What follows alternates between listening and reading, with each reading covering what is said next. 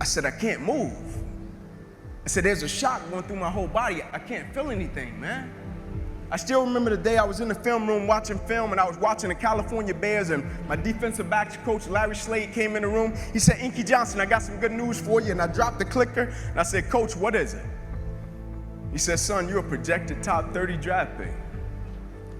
He said, all you have to do is play these next 10 football games. You're an automatic multimillionaire.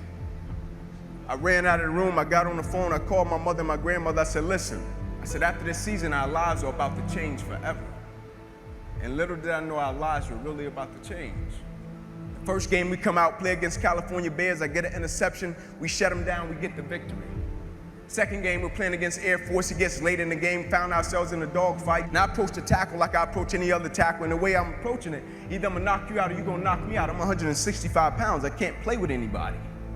But at the point of contact, when I hit this guy, something different happened that had never happened to me before in my life. I hit him and it seemed as if every breath in my body left. My body went completely limp. I fell to the ground. I blacked out. I looked at the doctor because I couldn't feel my right arm. They had poked me with all type of needles. Inky, can you feel this? Can you feel? I couldn't feel a thing. They took me back. They ran the CAT scans and they rolled me back into my room, and I'll never forget it. All in about a 15-second time frame, I was lying there in my bed.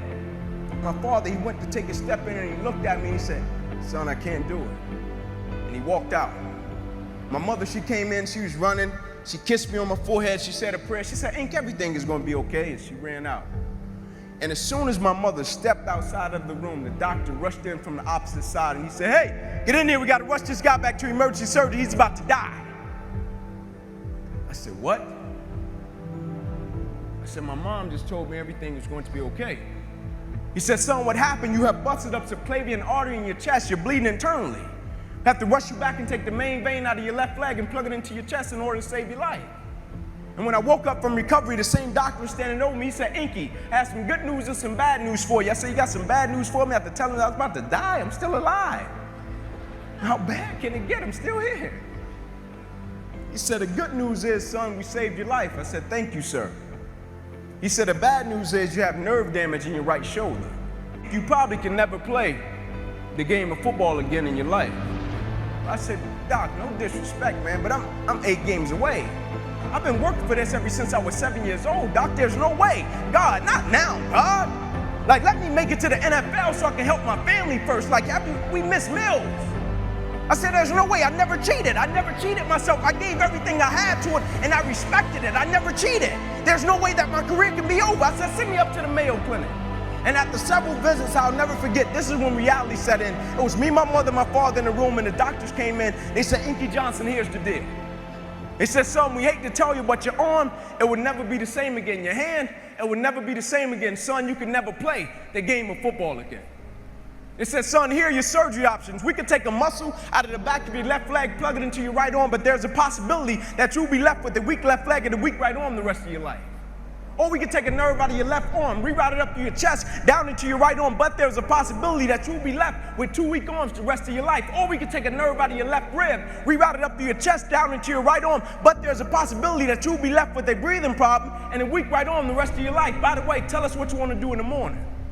And the next morning I walked into the doctor's office. They said, son, what option did you choose? I said, no disrespect to you, doc, I'm not choosing an option. My situation is out of your hands. I said, no disrespect to you, doc. Cut me where you gotta cut me. I said, I know I will come out of this situation okay. As I stand right here on this stage before you today, they cut me 6 times down my left thigh.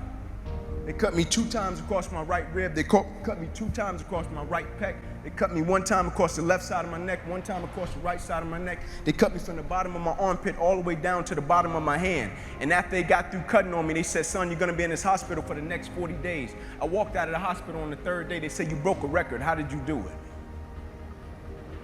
And I said, first and foremost, the thing I want y'all to understand, I will never let a circumstance or a situation define my life.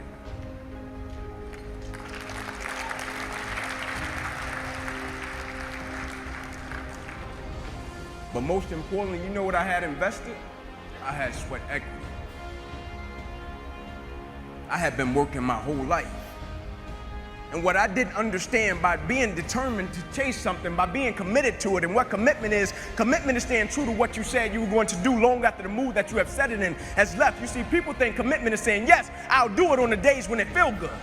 But I had been committed to everything that I ever started in my life, and I never stopped and I never quit it. And so by being committed to everything that I started, I finished it. It built a certain type of spirit. It built a certain type of mentality. It built a certain type of individual. And so now I couldn't quit even if I wanted to. I couldn't lay in the bed even if I wanted to. I couldn't stop even if I wanted to. I had too much sweat equity in my life and everything that I was doing.